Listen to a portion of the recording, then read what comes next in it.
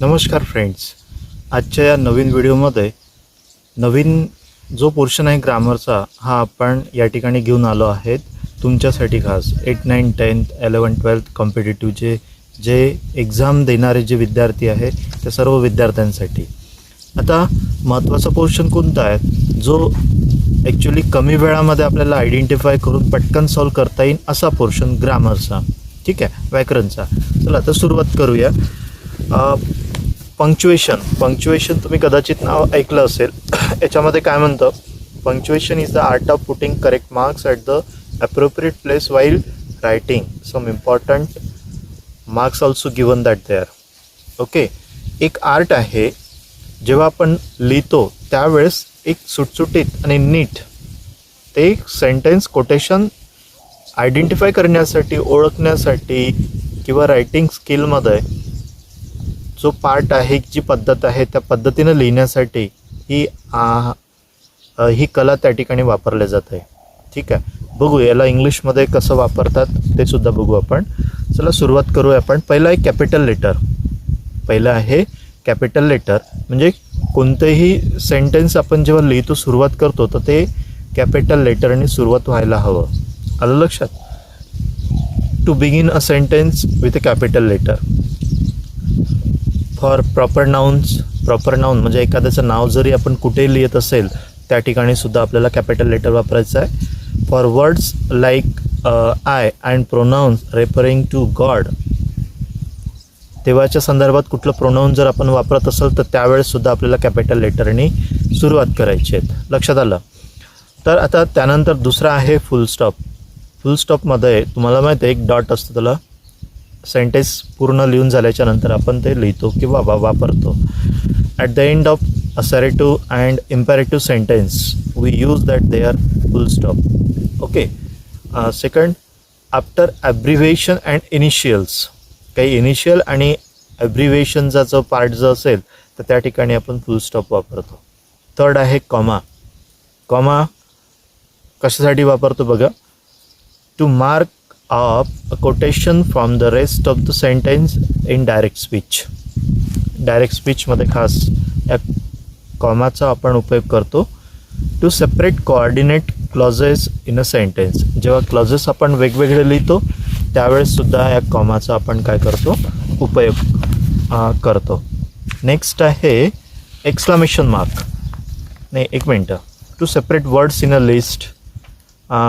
Fourth आहे to separate nouns or names use to address someone from the rest of the sentence. आणि fifth आहे to show the omission of a word. इत्यादी गोष्टी आपण जर लिहित असेल त्या ठिकाणी आपण कॉमाचा उपयोग करू शकतो किंवा करतो. त्यानंतर फोर्थ आहे एक्सक्लामेशन मार्क. एक्सक्लामेशन मार्कमध्ये बघा at the end of exclamation interjection sentence त्या ठिकाणी आपण एक्सक्लामेशन मार्कचा उपयोग करतो. ठीक आहे. फिफ्थ आहे question mark. At the end of direct question. एखाद्याला क्वेश्चन आपण जेव्हा विचारतो त्यावेळेस या क्वेश्चन मार्कचा उपयोग आपण करतो. At the end of question tag. Question टॅगमध्ये सुद्धा आपण क्वेश्चन मार्कचा उपयोग करतो. 6 आहे कोटेशन मार्क. या कोटेशन मार्कमध्ये to point out the words said by someone in direct speech. To point out the words said by someone in direct speech. आणि दुसरं आहे to name or highlight something specially. Quotation mark नॅरेशनमध्ये नाही का, direct speech एखाद्याचे बोलणं जशा तसे आपल्याला मांडायचे आहे, सांगायचे आहे त्यावेळेस आपण इन्व्हर्टेड कॉमा वापरतो. कोटेशन मार्क्स आपण त्या ठिकाणी वापरतो. ठीक आहे. आणि त्यानंतर एखाद्याचं नाव किंवा आपल्याला एखादं कोटेशन हायलाईट जर करायचं आहे तर त्या ठिकाणी हे कोटेशन वापरतो आपण. ओके. आणि लास्ट आहे apostrophe. Apostrophe to show position. दुसरा आहे to indicate that letter or letters have been omitted. ठीक आहे. ॲपॉस्ट्रॉफी म्हणजे पोझिशन सजेस्ट जेव्हा करतो आपण किंवा दाखवतो, लिहितो त्यावेळेस आपण ॲपॉस्ट्रॉफीचा उपयोग करतो. आणि एखादं वर्ड्स आपण ओमिट जर केलं असेल किंवा टाळलं असेल तर त्यावेळेस आपण या ॲपॉस्ट्रॉफीचा उपयोग करतो, आहे की नाही. तर अशा प्रकारे जे 7 प्रकारचे मी जे तुम्हाला पंक्च्युएशन्स जे सांगितले ते 7ही प्रकारचे पंक्च्युएशन्स खूप महत्त्वाचे आहेत. हे जर आपण लक्षात ठेवलं तर नक्कीच आपण अगदी कमी वेळामध्ये कमी सेकंदामध्ये एक मार्क्स आपण मिळवू शकतो फ्रेंड्स. ठीक आहे. तर सर्वात महत्त्वाचा हा ग्रामरच्या दृष्टिकोनातून पोर्शन मी तुम्हाला आज आपल्या या व्हिडिओच्या मार्फत तुमच्यापर्यंत पोहोचवण्याचा काम करत आहे. तर नक्कीच तुमच्या प्रतिक्रिया कमेंट्समध्ये असायला हव्या असं मला तरी वाटतं. ठीक आहे. नेक्स्ट पाहू आपण finding hidden words from the given word. तुम्हाला एक मोठा वर्ड्स दिला जाईल, त्यातून जे काही वर्ड्स मिनिंगफुल बाहेर निघतं स्पेलिंग तयार करून, तर ते वर्ड्स आपल्याला काढायचे आहेत. आता कसे ते बघा. This is a vocabulary exercise in which you have to form shorter words from long words using only letters in the long word. Each letter in the long word can be used only once.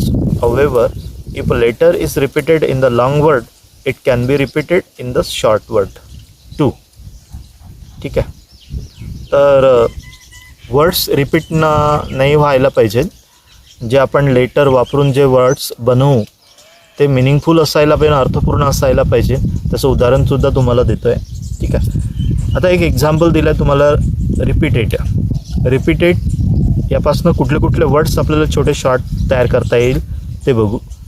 पहिलं आहे repeat, दुसरं आहे deep, पीट, tree, trap.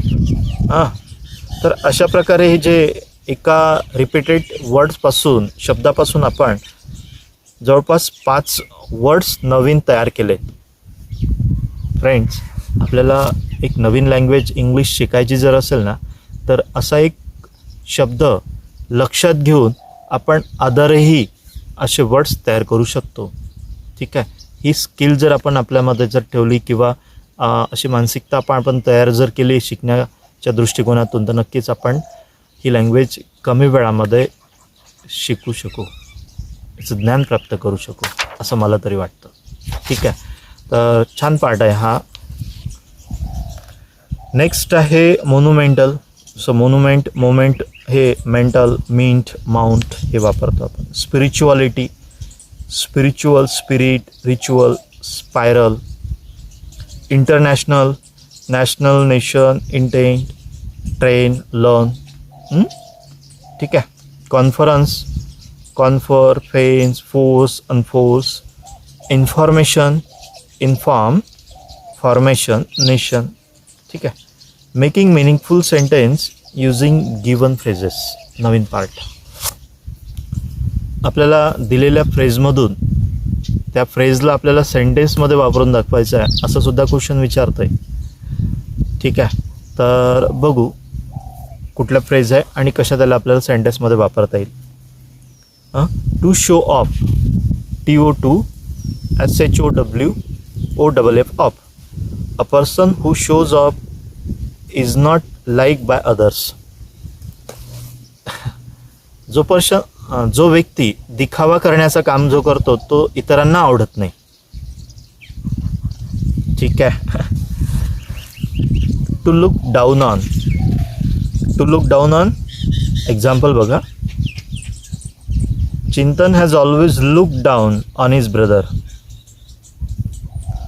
तर अशा प्रकारे phrase तुम्हाला विचारला जाईल आणि त्याचं सेंटेन्स आपल्याला बनवून त्या फ्रेजचा उपयोग त्यामध्ये करायचा आहे. ठीक आहे. तर याची प्रॅक्टिस करावं लागतं फ्रेंड्स. जेव्हा आपण प्रॅक्टिस खूप जास्त करू ना, तर नक्कीच आपल्याला ते फ्रेज कशी वापरायची, कुठे वापरायची, वाक्य कसं बनवायचं, तेव्हा ते आपल्याला समजून येईल. ठीक आहे.